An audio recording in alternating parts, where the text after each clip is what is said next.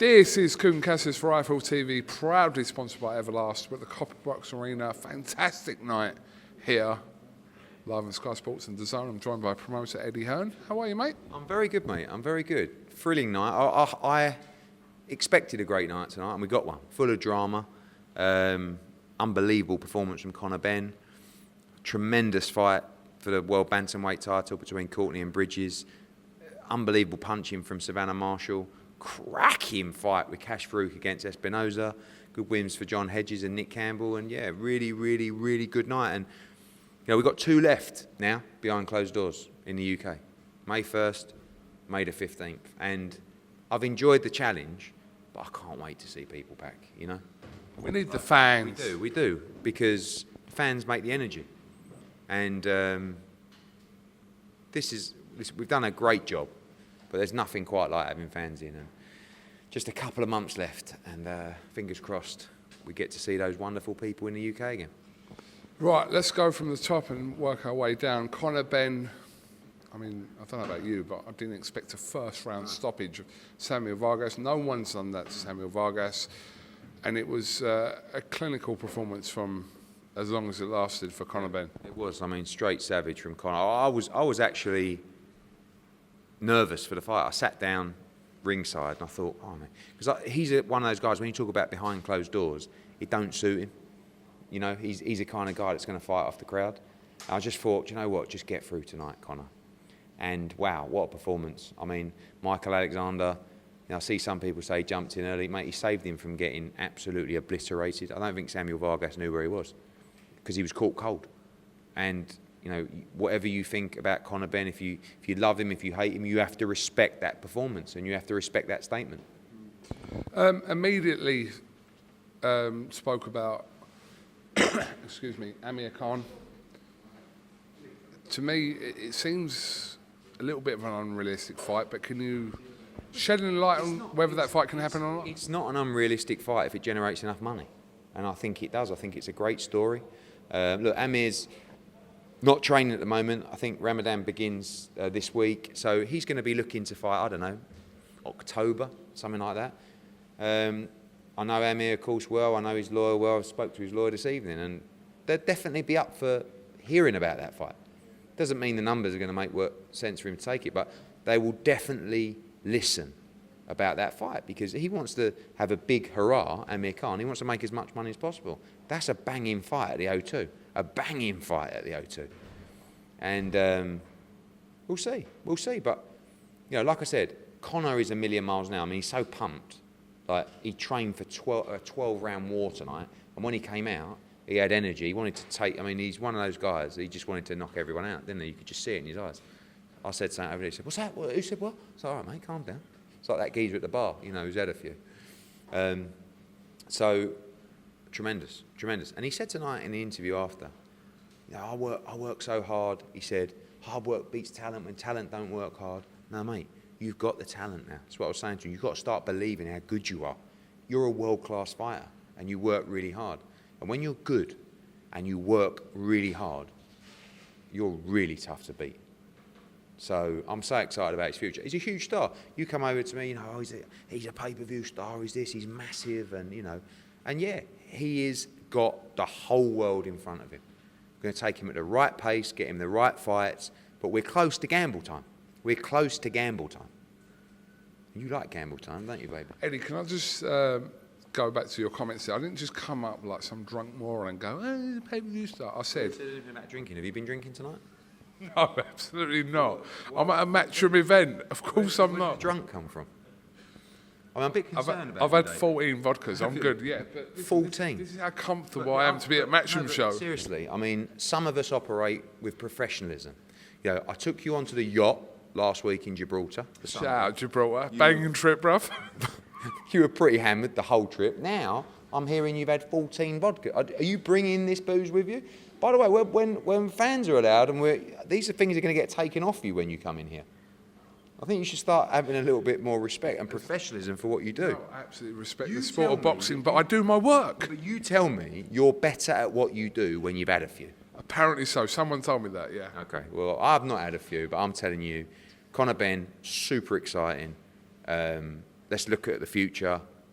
All our focus is on him. Huge star. The world is his oyster. What I did say was potentially your next UK standout pay-per-view star is Khan-Benn, and I truly believe that. Looking at the market and looking at all the fighters out there, this guy seems to have everything. He does. He has that X factor. He speaks so well. He's so exciting to watch. Of course, the Nigel Benn story is fantastic as well at the same time.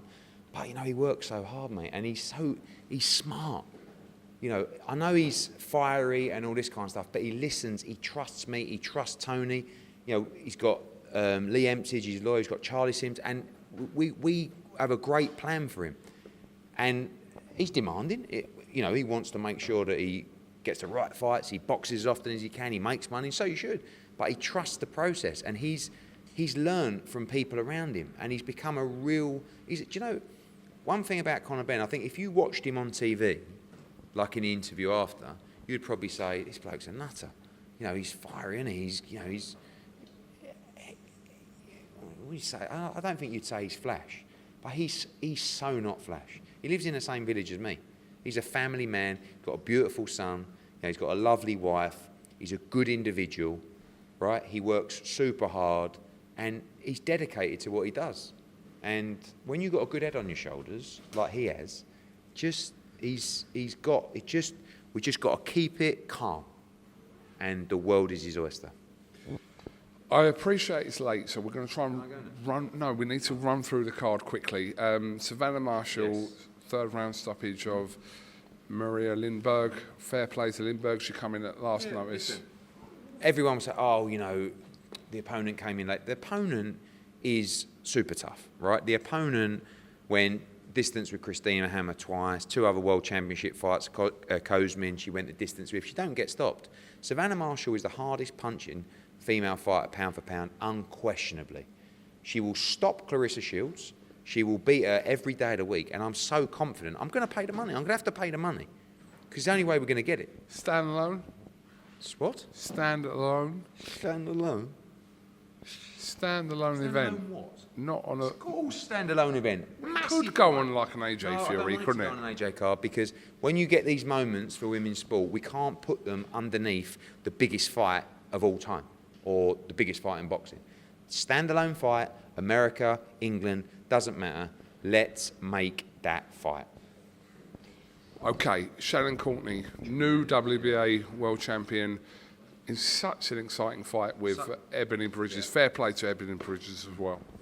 Ebony Bridges? Shut up, mate. Come on. Fair play to Ebony Bridges. Yeah. Firstly, all right, mate. Firstly, so proud of Shannon. Great performance. My worry was, I have to be honest with you. Look, when you get 2 female fighters in the top 10, who are 5-0 and you know Shannon 7-1 or whatever it is, you just don't know. And the argument is always, especially in divisions where there isn't a huge amount of depth, you know, should they be fighting for a world title? And I worried because of all the eyeballs on it, how good it was going to be. Well, after the first round, I was so happy because I thought this is going to be an absolute barn burner. What a fight.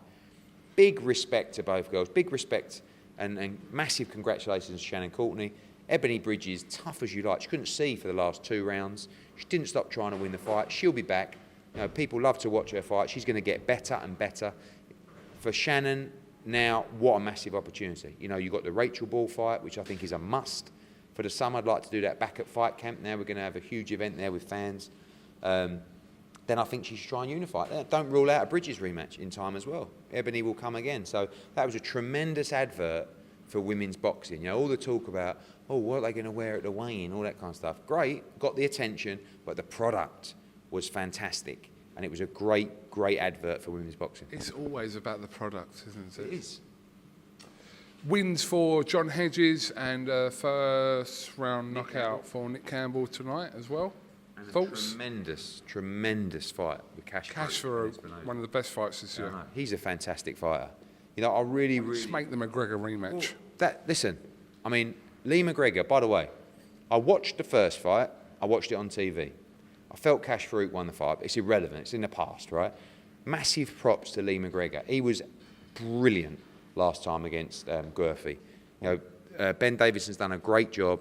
I really want to do that rematch. it will sell out the Hydro. I know both guys are world ranked, and it's like, oh no, I'm chasing a world title. Guys, please do that fight. Scottish boxing, it's mega, that fight. Do it. Well, I want to, but I just hope that, you know, I don't know if Lee McGregor and the team will say, no, we've got plans to do this. Let's just make that fight. It's a tremendous fight. Fans are going to be back. We can do that fight in September at the Hydro. It'll be amazing. John Hedges.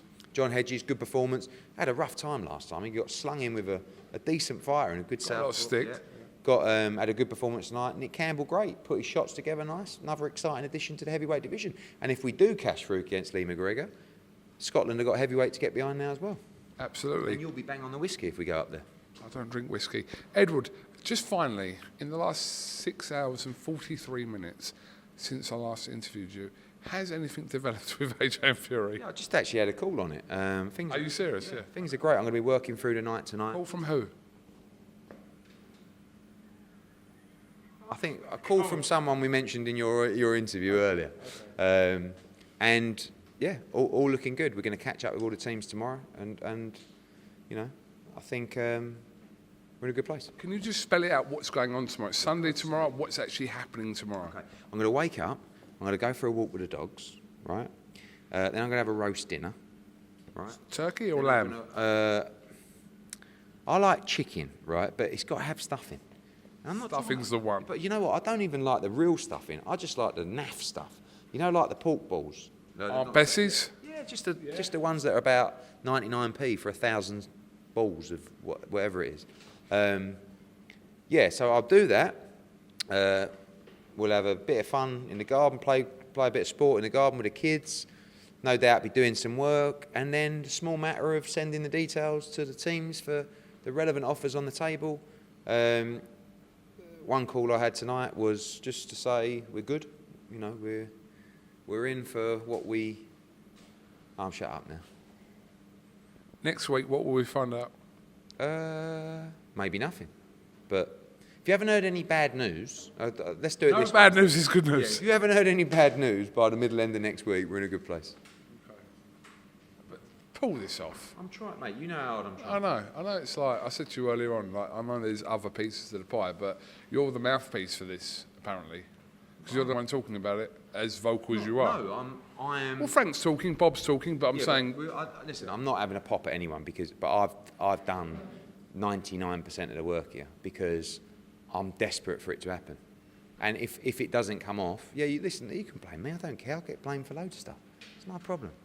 But I can't have done any more. And if I can't have done any more, and I can look myself in the mirror and say, you, Eduardo, couldn't have done any more, then I'm a happy man. Edward, thank you very much for... Let's go and get a vodka, son. Another one. You're over the moon with that. I'm going home. Thank you very much. Are you actually going home? Yes. Okay.